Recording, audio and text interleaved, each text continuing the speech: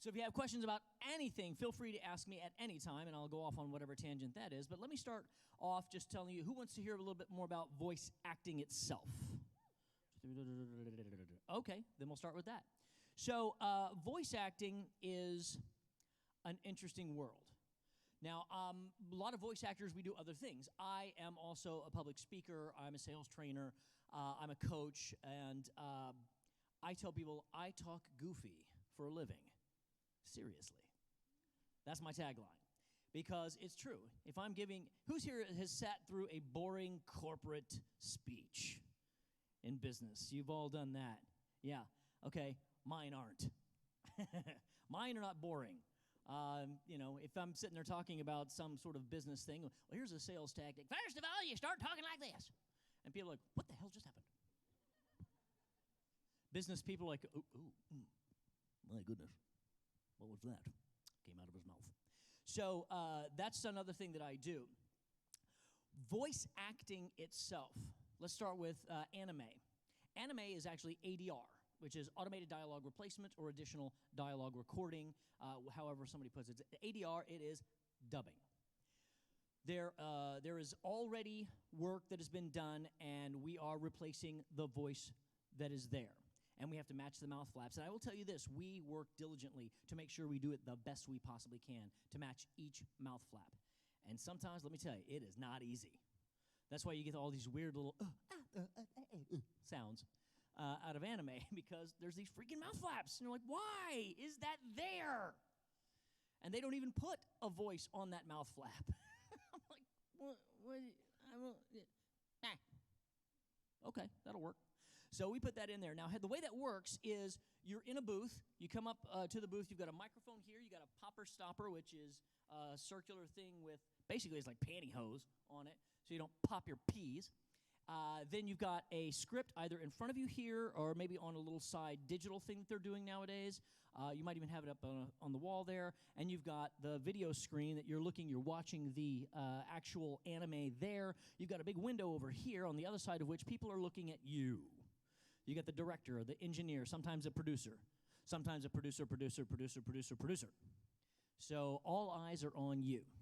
When you get into that booth, a lot of times you have no idea what you're working on, and you've never seen the scene before.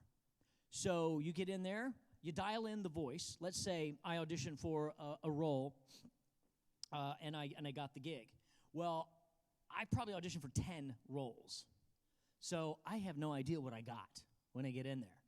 So I go in there, and they say, okay, this is the role you got. I say, okay, great. And they say, let's play back your audition. And then, this is the voice. Okay, excellent. I know that voice. Now we're going to talk like this for a while. Excellent. So we dial that voice in, and then we see the scene. There the scene goes, and you say, okay, I got it. And then they play it again, and you're going to hear 3 beeps, and you go on the 4th beep. So it's go beep, beep, beep, act, right there. That's when you say your first line. So all of this takes place. You've got headphones on. You're looking at the script. You're looking at this thing. They're looking at you. Everything goes, and they go beep, beep, beep, go, la la la la la la la, boom, done. And then they check it and say, that's great. Let's move on. That's how much time we get. That's it. So unless, of course, something's wrong with the line and you have to do it 25 times, that's fun. The most I've ever done has been like a 2-syllable word, and we did it like 28 times. I'm like, really? I don't think that's that big of a deal. So that's anime. Now, I saw something out there. Nope, all good. So that's anime. The next step up from anime would be video games, which is amazing. Love video games. Now, sometimes you have crossover from anime to video games, so you will actually dub the same kind of way, but most of the time in video games, you don't have to match anything, which is awesome. Because you say the line, usually you say the line twice, and if the director doesn't say anything, you move on. Or if the director says, yeah, give it to me twice, and then I'll tell you to go on. You do it, and they go, okay, take A, next, do it, okay? Take B, next, and just go right down the line. That is very, very cool, a lot of fun. The thing about video games is nowadays, it is full-on acting. If you're an actor, this is your job now. It is not about it's basically a full-on acting job without a camera on you. And it's very hardcore. That's why you get Academy Award winners in video games now because it's really, really good work. It's more difficult than they think when they get in there. And then they're like, oh, wait, I've got to scream for 3 hours now? I should have charged more. So this is the fun part. Now, after you do your video game lines, all the lines that you say, then we get to the attacks, the you getting attacked, you dying, all kinds of wonderful things that you're going to help me with right now. Are you ready? All right. So the way it works is usually you'll start out with the light hits. So let's say you're attacking. So it's a light hit. It's like, huh, huh, huh. So go with me. Go. Nice. Then we go up to the next level, which is a little bit higher of an attack, maybe a good solid punch. So it's like, go. Nice, nice, nice. Then you're wielding a freaking huge hammer or a flaming sword, something like that, and that's an attack. So it's like, go. Nice. All right, next. Now you get to get beat up. And that's more of an exhalation of air. So whenever you start us off with light, you're getting hit light, like getting kicked by a lemur. I don't know. So it's like, go. Congratulations, you're all Shatner. No. Then the middle hit, it's a little bit harder, so it's like, go. Nice. Now you're getting hit with a big-ass hammer or a flaming sword, and that's more of a, go. Not bad. And now for the final test, the death rattle. And that's like it be anything. You could be being pelted with rocks, flaming arrows, a wall of water. It doesn't matter. You're going to die horribly many times in different ways. And it usually goes something like this. Mommy.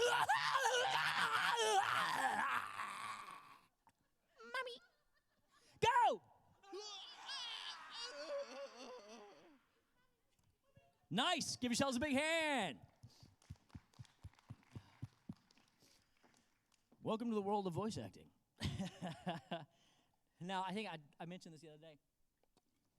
It's so much fun. When you're an adult and you're in a booth with other adults and you're all screaming like that, I was with Richard Epcar and somebody else, and we were in the booth, and we're like, what are we doing? We're pummeled by rocks. Okay, ready, go.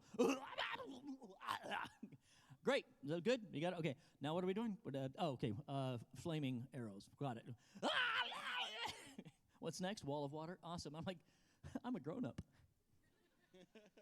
So it's a hoot. It's a lot of fun. So then after video games, you get into, let's say, animation. Straight up original animation. This is the holy grail. Animation like Simpsons, Family Guy, Archer, those sorts of things. That's where the money is. That's where the fun. Oh, so much more fun. Because with that, we also not only to get more money, you get to work with other people in the booth. So you all get to be together and just yuck it up and have fun. It is so great. So that is what we really, really want to do. That's what every voice actor wants to do. So then the next step up would be TV, radio spots, television spots. You can make a ton of money there too. Did you guys have the Sprint guy? What is it? Can you hear me now? That guy? Did you guys have that guy? I'm sure you've got somebody that you see on TV, and it's like it's been going for years, and it's national and all that. That's a lot of money. That's really great. That's fun. I've done tons of commercials and television spots and radio spots. The next one would be, like I said, corporate stuff. Speaking engagements or training films, safety films. Corporations always need somebody to do voice work. So that's a good place to reach out if you are a voice person. And then finally, the one I like to end with is the sad, sad story of children's birthday parties.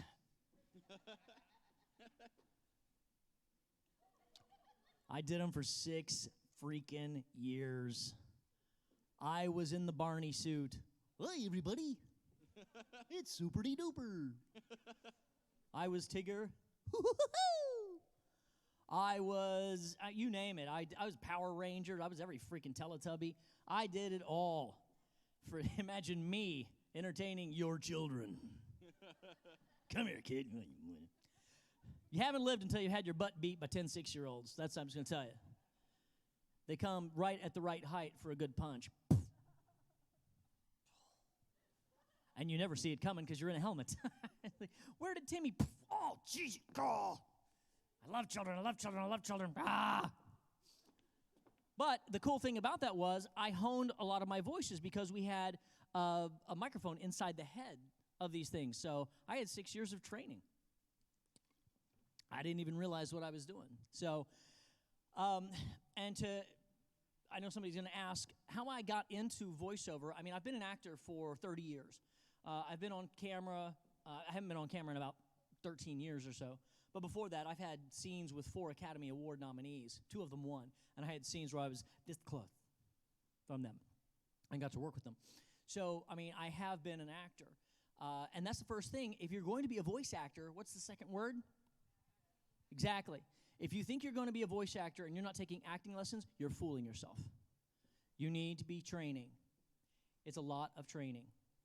The reason why I tell you the training is so important is because our job is to do what the director tells us. If you have a voice actor that you've watched and you go, man, that guy just really gets on my nerves. I can't stand it, did the job. I can't stand everything. Do not get mad at that voice actor. Get mad at that director because we only do what we're told. We're instruments. They dial us. They move us. They tune us how they want. And that is the art. That's where the business comes in for voice acting. You have to be able to do what the director tells you in increments of tiny, tiny, tiny, tiny measurements. Because they'll say, okay, now I want you to be 2 years older.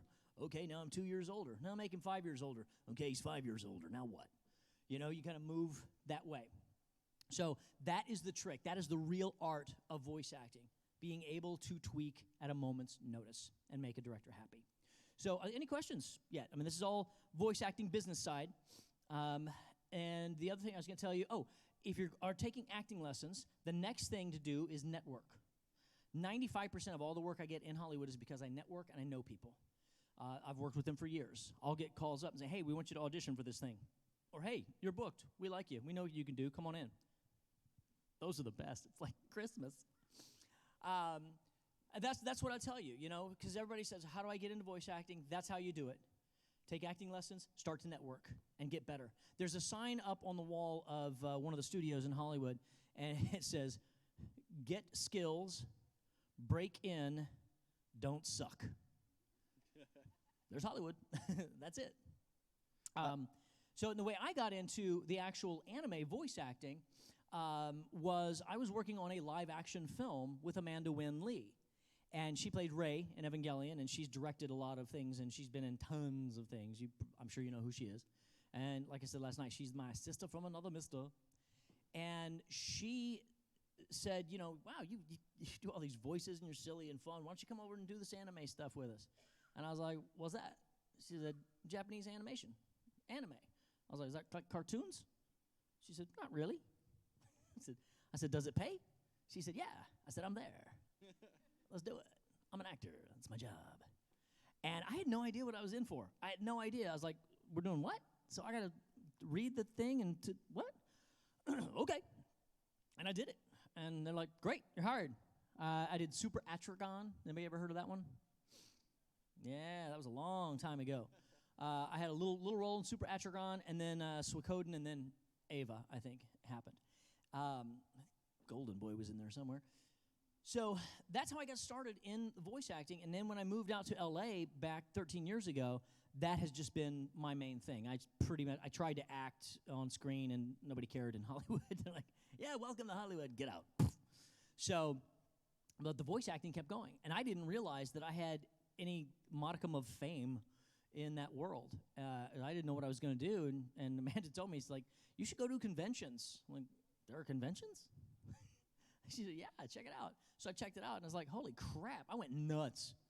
I remember one year I did 8 countries and 25 cities, and I partied my ass off. That was before I was married, so. But now I'm married, got a little baby. I'm a good guy. So anyway, so that's all about voice acting. That's pretty much the gamut from anime up to anything else in the voice world. Does anybody have any voice questions at this moment in time? Now's the time to ask them while I go get some more water. I've got a question for you, Spike. Not you. Oh. Okay, what do you got? Are you familiar with any like formal voice training methods, like Still? You know, I trained, but not like for voice. I should do that. I mean, I did train with a coach last year, and it wasn't really vocal training. It was really about how to break down the scripts and kind of finding my signature voice. But as far as voice training, if you can sing and you do training like that, that's awesome. It's amazing. You know, talking from your diaphragm is very key. I don't even need this microphone. I can talk like this for hours because I'm talking from right here. And you guys can hear me back there, can't you? I thought so, but this is cooler. I'm like, hey, what's up? How you doing? What's up? But that's training because I did theater. Has anybody done theater out here? Yeah, okay. So you've done voice training. You know, they may not have called it that. And if you've done accents or, you know, any sort of characterization of a character that you're playing, then, yeah, you've done voice acting. You just did it with your whole body and did it on stage. So, but if you are training in voice for singing and everything, God bless you, because, man, I can't sing for crap. People always ask me, it's like, oh, you can sing, can't you? No. You don't want to hear that. My range is like R to Q. It's horrible. If you've got any questions, just come down to the middle here and see Anton. And if you don't have any questions, stay right there. I'll talk about other things. So, all right, so voice acting, that's that. Let's talk about some crazy stuff that happens at cons. You want to? I got to be careful because this is not an adult panel, so. Let's see, what else? What's crazy stuff has happened at cons? So there's a story about Travis Willingham. Some fangirl was coming at him, and he didn't realize he played like football and stuff, and he's like, you know, freaking super tall, and, you know, great guy. And he's just sitting there, and suddenly he sees from the side somebody's coming at him. He's like, ah! And she wasn't petite. And he reacted. He just went, oh, boom. He's like, I didn't mean to. I played football. I just, bam. I'm like, oh, that's so funny. Crazy things. I just heard a story the other day about this guy was in. They had a party at the con, and then everybody left the con and went to other places in full regalia. And this guy had a full, like, you know, just massive armor suit just going along. And they went to some clubs, and this next thing you know, everybody kind of peeled off, and then he's by himself going to clubs in this big, and everybody's letting him in. And it's like he's just going to club after club after club, running around. I think the next day, like, his head was somewhere, his arm was somewhere. And it's like, it's so cool because it's like, it's people just like, they don't get it. You know, when you walk around town, I'm watching people as we're having breakfast this morning, and people are walking down the sidewalk, and all the people in the cafe are looking like, what the hell is that? What is going on? That's weird. Apparently, there's a southern lady here from Georgia who's, what is going on? What is happening? What are all these weird... I like that hair. It's crazy. I will tell you one silly thing that I did. So back when I was a bit rowdy and having a rough period in my life, I went to a con in Nebraska. And while we were there was a tornado. And I grew up in Oklahoma and Texas, so I'm no stranger to tornadoes. And so everybody's like flipping out and going down. You know, we gotta get down, go to the basement and everything. And I'm like, and I'm already kind of half in the bag. I had a big thing of wine and a glass and a cigar, and I think I had a robe on and my boots. And they're all going that way. I'm like, no, I'm gonna go see this thing. So I walk out the front, and everybody's like, come on, you gotta go. And then they took off, and I'm the only one there. It's just me, my cigar, my boots. And it's raining, it's noisy, and then the rain starts going this way. it's raining that way now. And I'm hearing some rumbling. And I look out, and about from here to where those seats are back there, there's some trees. And the trees start going right in front of me. I just saw this tornado go in front of me. That's what I thought. And it was so funny because I'm out there being an idiot, and then the next morning, Vic Mignogna comes up and he goes, so, last night I heard you pulled a Lieutenant Dan. I said, yes, I did. And it was funny because people like on that didn't really happen. And I was telling this at another panel later on, and these two people in front stood up and turned around and said, he's not lying. We were the ones that tried to get him down in the basement. I said, thank you for trying. So it was really, really funny. Don't ever do that. I've also stood in the eye of a hurricane, so I highly recommend it. Getting there's a bitch, but when you're in there, it's cool. It's kind of funny because there's a bunch of birds in there going, oh, crap. So that's the silliness. Are you laughing, little man? Aw. Ladies and gentlemen, my son, Declan William Spencer. My amazingly beautiful wife, Kimberly Spencer. My reasons for being. All right, I'm going to get some more water. So we got time. Any questions about anything? Tornadoes? Yeah. What would be the common mistakes when it comes down to voice acting in general? Well, like we were talking about last night, overestimating your ability.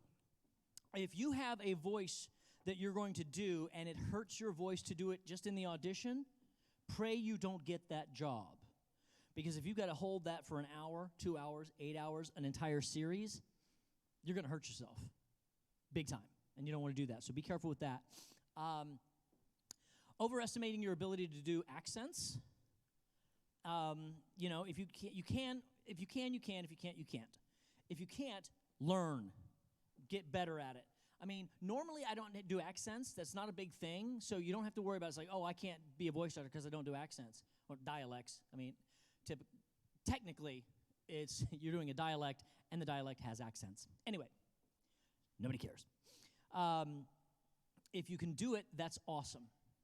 Then give it a go. Because, like, I was in, anybody see Tales of Vesperia? You know that one? I was Diego. Oh, okay, well, you should see it. I'm amazing.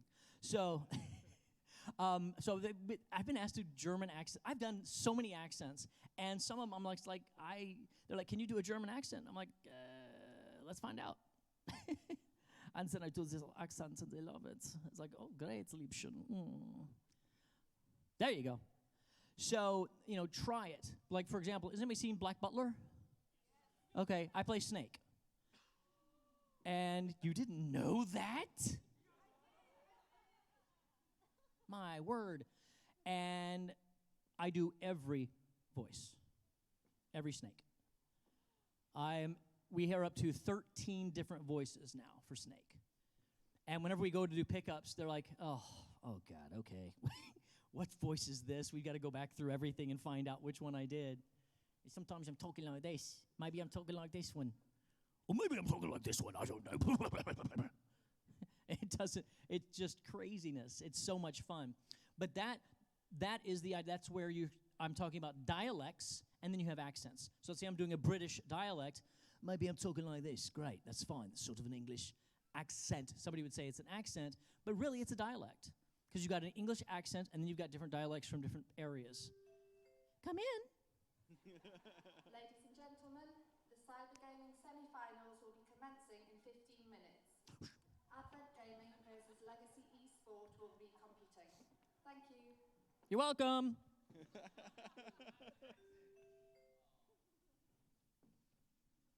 Okay. So, anyway, so that's the voice world, voice acting world, and silly con things. How much time do I have? 32. 32 minutes? I'll get plenty of time. Great. Does anybody have any questions about anything? No? Yes. What's my favorite character? Colonel Kled from League of Legends. I did a lot of work on that one.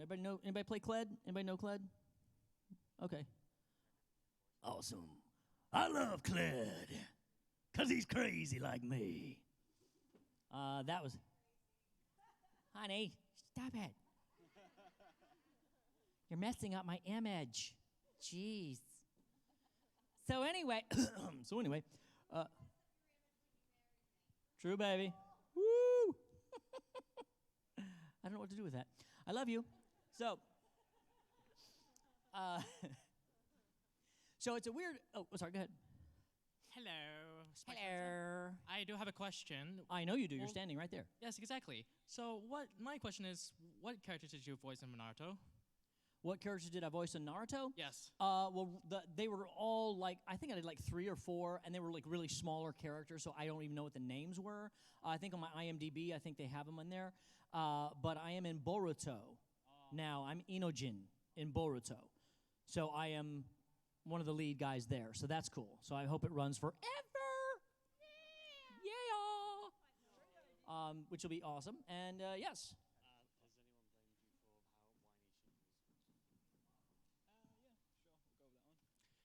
Hi. So obviously Shinji doesn't have the best reputation in the anime community. Has anyone at a convention blamed you personally for that rather than the writer?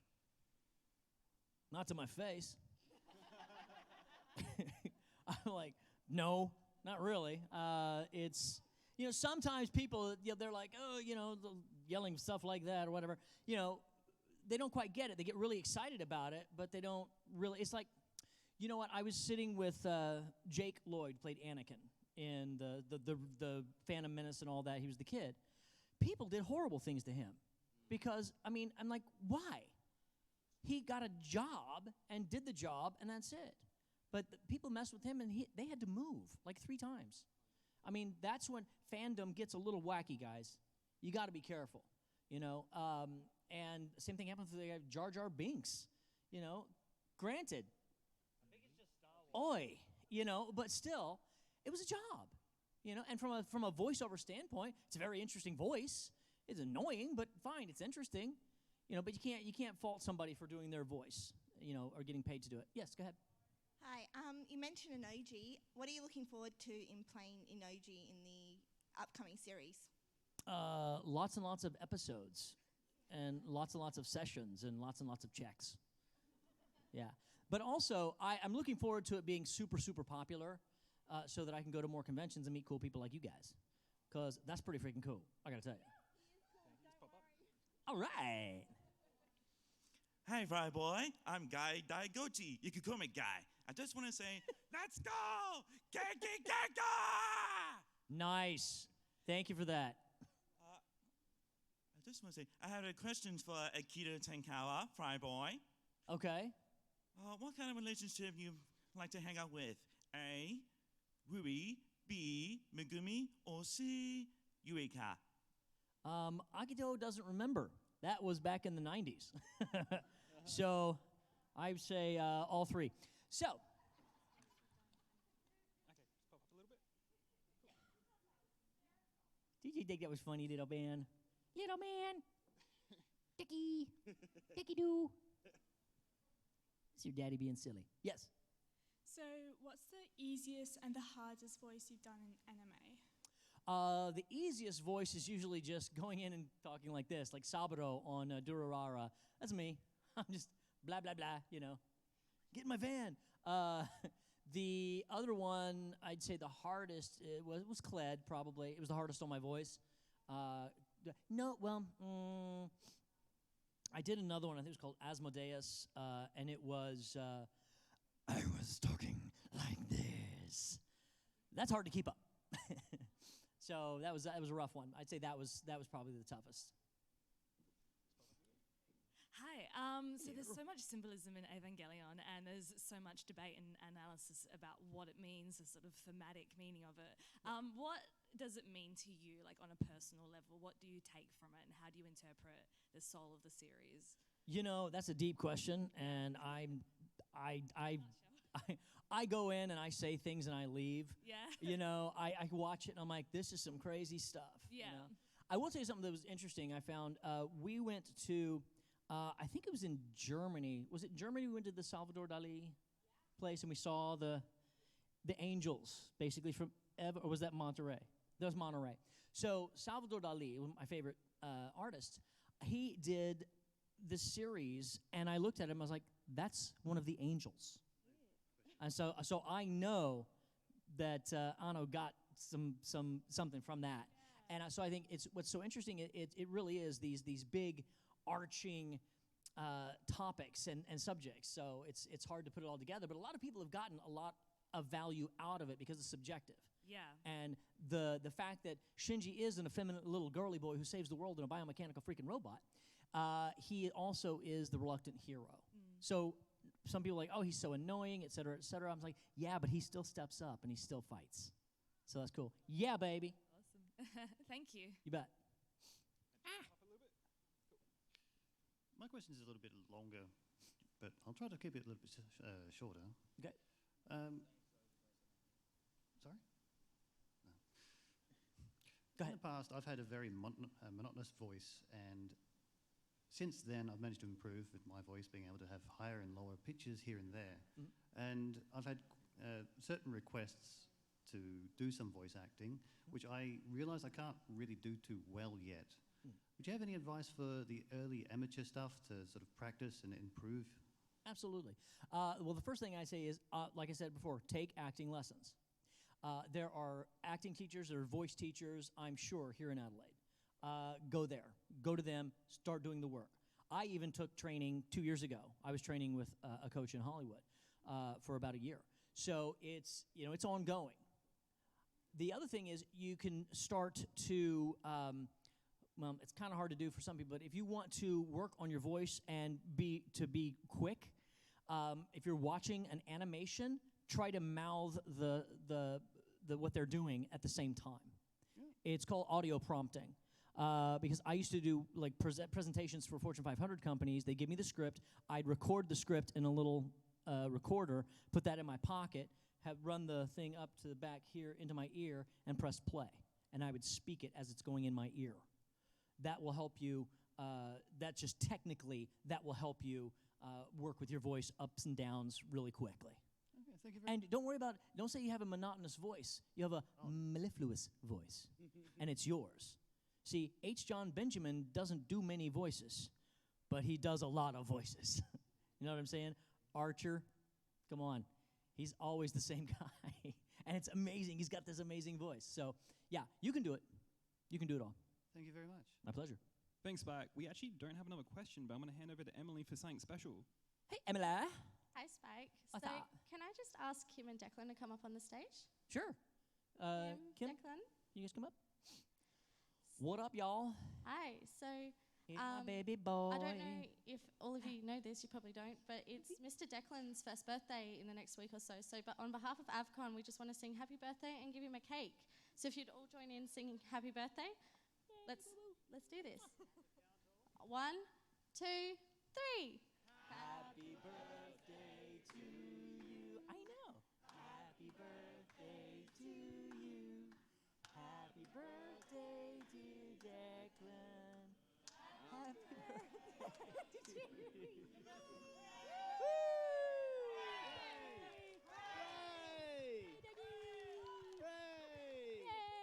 There you go. Look at that smile. Oh, thank you guys. That's so awesome. You're awesome. And now you get cake. Ooh, cake. Is it gluten-free cake by any chance? Yes. Fantastic. All right. What? There you go. Do you have a few words? Thank you, Daddy. Kiss. Thank you, everyone. Mwah. All right, now back to me. I think he wants to say something. You want to say something? Say something? You want to show him your scream? Not yet. Okay. He saves that for us at night. That kid he could be a voice actor. He has a scream like Daddy. And I have recorded a couple of them. I'm trying to record as many as I can because I want to put them over my screams from like Ava, all the stuff that I can get. I want to do that, put it out there as a meme or something. So, yes, another question over here. Have I done any female characters yet? Yeah. My gosh, math is hard. You know, it was funny. One of my favorite female characters was in Golden Boy. I was the maid, and it was basically a Monty Python skit. It was just great. It's like, ooh, well, woo-hoo-hoo, yeah. It was ridiculous. But yeah, not that often. Not that often. So, but anyway, so that's where, no more questions for voice acting. Oh, got more there? Go ahead. Bring it on, man. JP. I'm not know how many people know Orphan, where you played Magic. Uh-huh. Yep. The voice was very similar to Shinji. Yep. From Even obviously. Is that something you try to avoid, or is that something you like to encourage now and again? You know, if it's there, it's there. If I've got it, I've got it, you know. I have no say. It's like I audition for so many things, and if I get it, I get it, you know. I mean, that's my voice. You know, I just pitch it up, Master! You know, how many times can I say that in that freaking show? It's like I'm doing a show right now called Screechers Wild, and we do the same thing. Huh, ha, Screechers Wild! I'm like, can we just record that and put it in when it happens? So they did. So I'm like, thank you. Man. Because I'm doing a similar voice to something I did for Nickelodeon. You know, I mean, you're going to get similar voices back and forth, so I'm totally cool with it. Yes. G'day. I know you started out as an actor and then went to voice acting, but for someone maybe trying to start out in voice acting, there's a lot of equipment costs and stuff if you try and make your own kind of sound recording booth at home. No, it's not. It can be? It's not expensive at all. I'll tell you how. I'll tell you right now how to do it. Awesome. I have a mic in my room right now. It's an Apogee, $200. That's my travel mic. I have traveled all over the world, and what I do is I need a studio. Here's my studio. There's a bed. I take the blanket, move the blanket over. I put 2 pillows up there. I put my computer there and my microphone right there. Then I get up there, and I take the blanket and throw it over my head. That's high tech, baby. I recorded video games like that. So that's not hard. I have a studio in my apartment. I have a little studio area, and I have a better microphone. It's a Bluebell microphone, a Bluebird microphone. It's a very good microphone. It's like $300-400. And I was actually given that by my friend Aaron Fitzgerald. So I was like, thank you, you're so cool. But what I did, what's really, really easy to do, and it looks a little ghetto, but, you know, hey, you do what you can. I found, you know, that bed topping that, you know, for the styrofoam bed fluffy thing? Order that. Get a king size. Cut it up. Stick it on the wall. Done. Awesome. So you don't. I just saved you a crap ton of money, didn't I? Yeah, you don't need to spend like $10,000 on. No, good God, no. I'm a professional, and that's what I do in my apartment in L.A. So people are like, well, I've got this great studio. I go, me too. Just don't come look at it, man. Just don't come look at it. But it doesn't matter what it looks like. It's the sound. And as long as the sound works, you can do it. And I've done tons of work in that little booth. So good, get to it. Awesome. I just took away all your excuses, didn't I? Oh, by the way, and there's free software out there called Audacity. Use that. That's what I do. Awesome. So, $200, you're in. Do it. Okay, $250 with the bed topping. All right. So, nothing else there? Excellent. Nah. He's a knight who says nah. Eh. All right, let me get some more water in me, and I got a few more minutes. Excellent. Let's talk about dating and relationships then. Does that sound cool? All right. I'll tell you a little bit about what I do.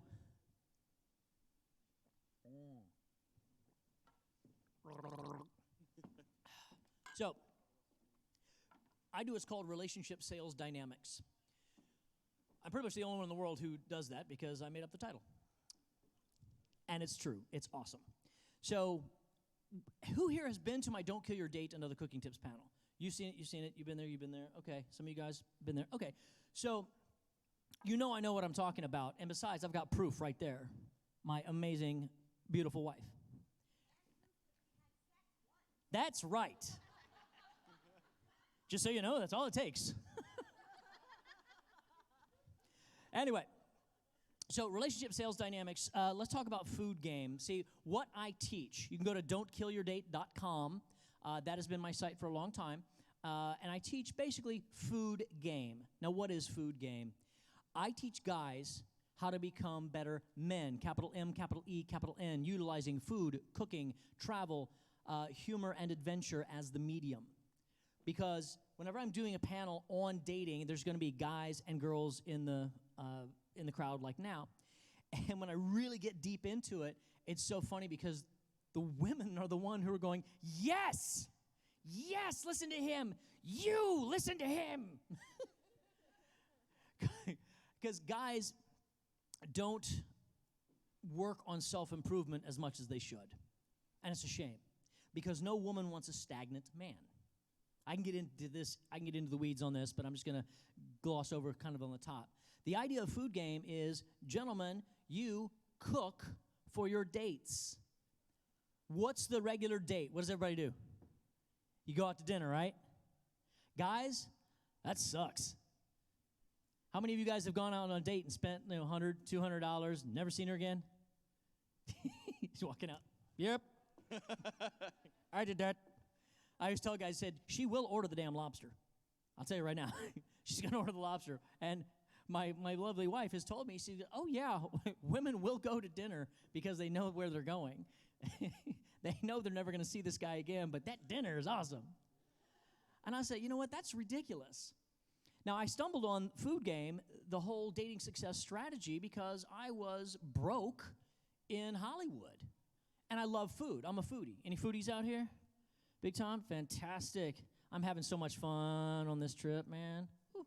So I figured out I can cook, and I can cook well, and I can have women over on a date. Cost $20. Not bad. But here's where it gets cool. If you have somebody over at your place, she's already interested in you guys, or she's not going to be there. And even for a first date, that can happen. And be aware, about 30 minutes in, there will be a safety call. You ladies know what I'm talking about. It's funny, I was interviewing Vera Camara yesterday. We were having a chat about this. And I said, you do the safety call, don't you? She said, oh, yeah. I said, what, 30 minutes in? She goes, yeah, about that, right? I said, yep, that's how it goes. And that's how you know if you're having a woman over for a date at your apartment and that call goes, she goes, puts it down, things are going well. If she goes, my cat's on fire, you lose. Terminated. So that's a part of it. And, you know, when you're cooking for a date, it shows care. It shows concern. It shows ability. So, guys, let me tell you a little bit about why I got into this. And when I got into learning how to come up with the dating success strategies, I trained in everything. And now I'm a neurolinguistic programming coach certified. I'm a bank code certified licensed trainer. I've studied with Tony Robbins, Brendan Bouchard. My wife is also a certified high-performance coach for Brendan Bouchard. If you don't know who Brendan is, he's Oprah's coach, and he's our coach. So, you know, I know what I'm talking about. And I've written, who's heard of Neil Strauss? He wrote The Game. I've written for him. I'm a Singles Warehouse dating expert for Singles Warehouse UK. And so the things that I say are not just ramblings of, you know, some lonely guy. These are things I'm really, really trying to help guys with, because it's really about becoming a better man from the inside out. And I say food nourishes that soul. You feed the soul from the inside, it will flow to the outside. So it's the same thing as what you put in your brain. Like in the mornings, if you get up and you grab your phone and go through emails and things, you're on somebody else's agenda. You're doing what they want first. Put that thing down. Get up, have a cup of coffee, whatever you want to do, but start reading something good. Don't turn on the news. Don't look at the newspaper. Find something that feeds your brain. Start your day off that way. You change that little bit right there, I'm going to tell you, your life is going to change. It's easy. It's simple stuff. But it's what you do in the first moments in the day sets the agenda for the day. So if you get up and you say, I'm going to be awesome, then you're going to be awesome. If you get up and go, oh, stocks are down, something's on fire, life sucks, you're not going to have a good day. You start off with that, and it's going to, well, it's downhill from here. I'll just go ahead and jump off. So that's what I teach. And I teach for businesses, I teach sales trainings, I coach people in dating and relationships. I'm also a real estate investor, so I've done that. I flipped houses for 10 years. I'm doing apartment complex stuff now as well. I'm an author, so I know what I'm talking about, and I really sincerely want to help guys out. So go check out don'tkillyourdate.com. I highly recommend you do that. And on there, if you're interested in furthering your dating success and self-improvement, I have a food game dating success strategy secret Facebook group you can join. So I highly recommend that as well. What else do we have? Any questions about anything? Because I'm going to get myself some water. I have one, Spike. Okay. You get your water.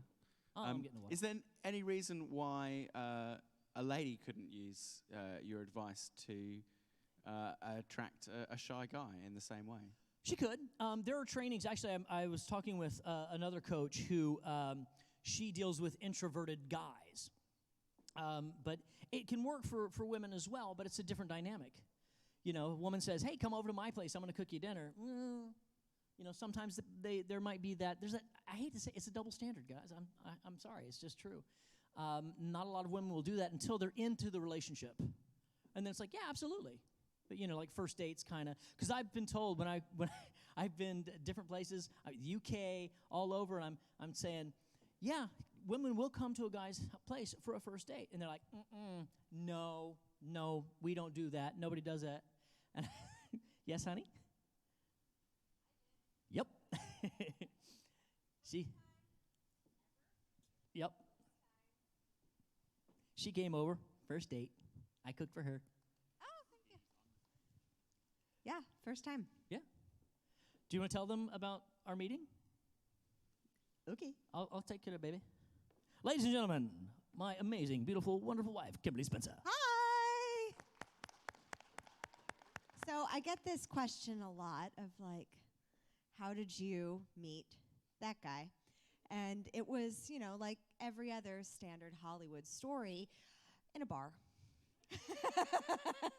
However, it was in a bar at a networking event. So Spike goes in his food game mastermind success strategies group. He goes into the specifics of why meeting at a bar without an intended purpose is actually not the best thing.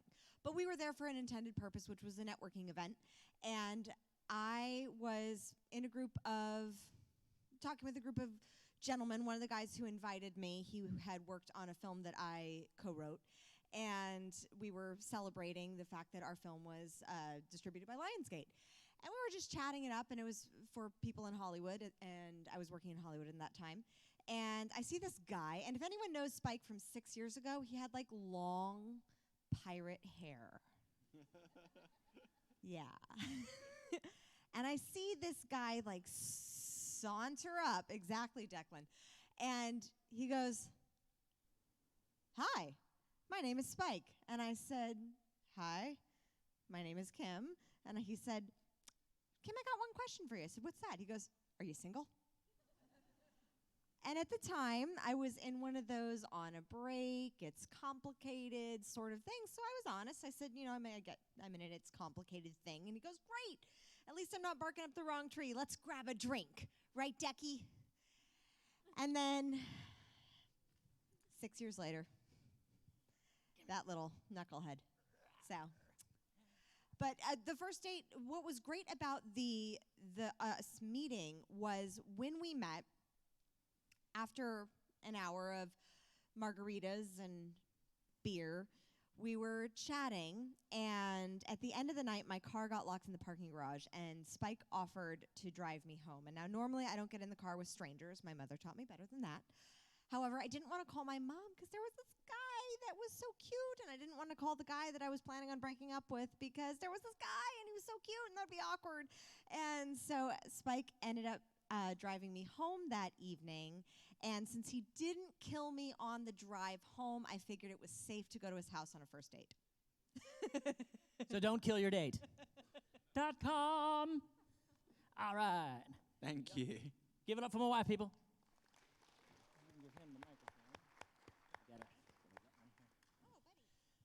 All right, so that bottom line is how things work with food game.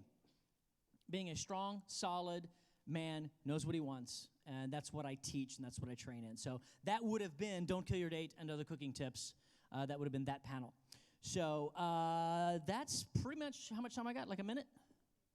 I got 5 minutes? All right. Hey, honey, do you have a camera? Do you want to?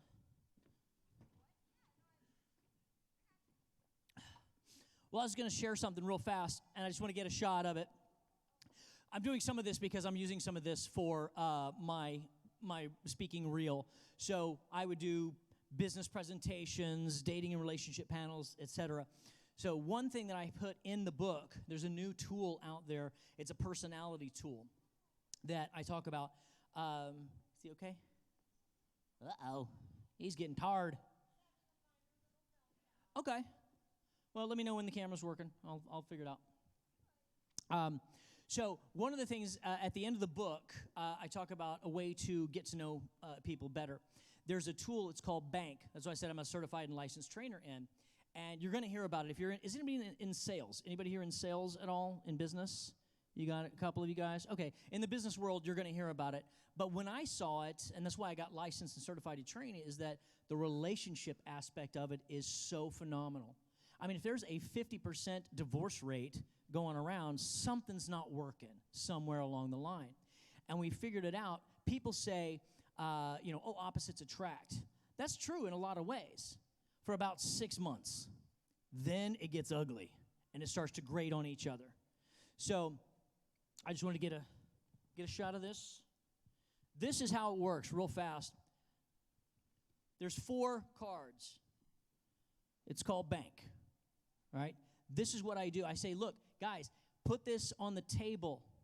And it's like, little games, little fun things, a little personality test. And people love this.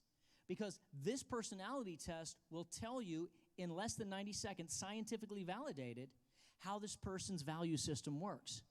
If you're familiar with neurolinguistic programming, it is basically a master's hack, an NLP master hack. It is so cool. I've used it so many times, and I did it with Vera yesterday, and I was like, I nailed it. I know what you are. So it's very, very cool because you'll be able to talk somebody else's language, basically. So if you're in sales, it's an amazing tool. If you're in a relationship, it's an amazing tool. So I just wanted to get that out there, let you guys know that's going to be in the book, and now I have it on video, and I look fantastic up here on stage. What's up? All right, any last questions? I've got like a minute or two left. Last chance, last chance, last chance.